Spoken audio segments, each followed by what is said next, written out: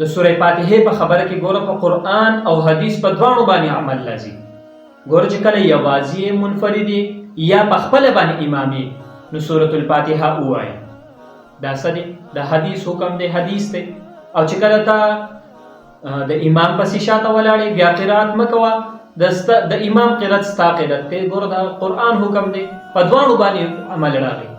اوس ګوره تا به د قرآن په نوم باندې خلک دوکه کوي، تا ته به راشو زه تا ته سوچه قرآن ښیم، سوچه قرآن په دې کې بیا څه چل کوي.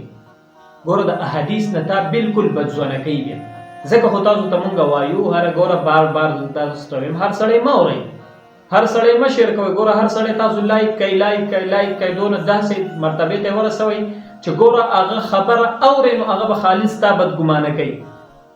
خبرو کې به یې تاوهي را تاوهي چېرته د درس نه یا به درس به یا به دې والله عالم څوک دغه خو د هغه کلیپ یې هغه ځګي کې راغونډ کړي چې بس په هغه ځای کې په چا باندې اشکال یا امت په یو تشویشناک حالت کې غورځوي نو په هغه ځای کې به دا خبرې شروع وي، هغه به یې ترې راکټ کړي، هغه به تا ته اپلوډ کړي.